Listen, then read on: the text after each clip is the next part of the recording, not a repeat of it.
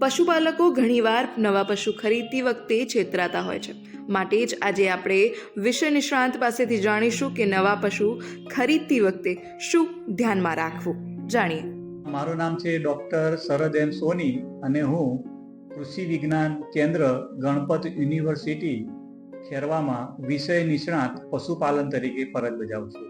અત્યારે ખાસ કરીને જે પશુપાલકો છે તો એ કોઈ જગ્યાએ ગાય કે ભેંસ લેવા જાય ત્યારે એ વખતે એમને કઈ કઈ બાબતોનું ધ્યાન રાખવાનું છે તેના વિશે આપણે વાત કરશું.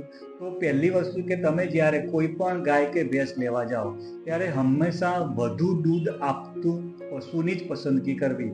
ઓછામાં ઓછું આખા દિવસનું જો ભેંસ હોય તો આખા દિવસનું 10 થી 12 લીટર જેટલું દૂધ તો હોવું જોઈએ. તો એ પ્રમાણે આપણે વધુ દૂધ આપતા પશુની પસંદગી કરવી. અને એના તમે જે પણ તમે પશુની પસંદગી કરતા હોય તો એના બ્રીડ પ્રમાણે એના અંદર લક્ષણો હોવા જોઈએ એવી જ આપણે પશુની પસંદગી કરવી. એની ચામડી તો પાતળી, લીસી અને સુવાળી ચામડી હોવી જોઈએ. અને જેટલી ચામડી પાતળી હશે એટલું પશુ દૂધ વધારે આપશે. ઘણી વખત જો જાડી ચામડી હશે તો શું કરશે, જેટલો ખોરાક ખાશે એનું એ વધુમાં વધુ ચરબીમાં રૂપાંતરણ કરશે. આપણે જોઈએ છે દૂધ એટલે કે પાતળી, લીસી અને સુવાળી ચામડી વાળું આપણે પશુની પસંદગી કરવી.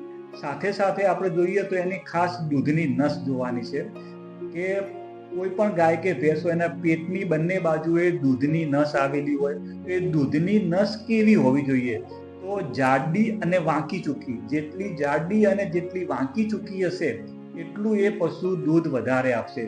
એટલે કે ખાસ કરીને આપણે જાડી અને વાંકી ચૂકી દૂધિયા નસ વાળા પશુની પસંદગી કરવી. 4 આંચળ એક સરખા હોવા જોઈએ. એમાં કોઈ પણ આંચળમાં ખોડ કાપણ કે કોઈ પણ ઈજા કે ઘાનું ચિહ્ન ન આવવું જોઈએ. અને આવું એકદમ શરીર સાથે ચુસ્ત રીતે જોડાયેલું હોવું જોઈએ. અને દૂધ દોહન પછી આવું સંકોચાઈ જવું જોઈએ તો જ એ પશુ વધારે દૂધ બનાવી શકે. અને જ્યારે આપણે કોઈ પણ પશુની ખરીદ કરતા હોઈએ ત્યારે ઓછામાં ઓછું 3 વખત આપણે દૂધ દોઈને લાવવા.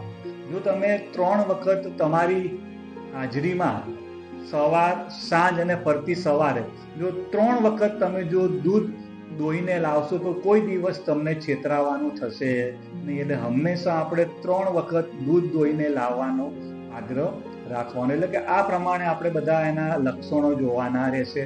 બીજા લક્ષણોની વાત કરું તો ખાચર આકારનું શરીર હોવું જોઈએ. નાક ઉપર તમને પાણીના ટપકા દેખાવા જોઈએ. તો આ બધા લક્ષણો છે એ તમારે ધ્યાનમાં રાખવાના જેથી કે તમારા ઘરે વધુ દૂધ આપતું પશુ આવે.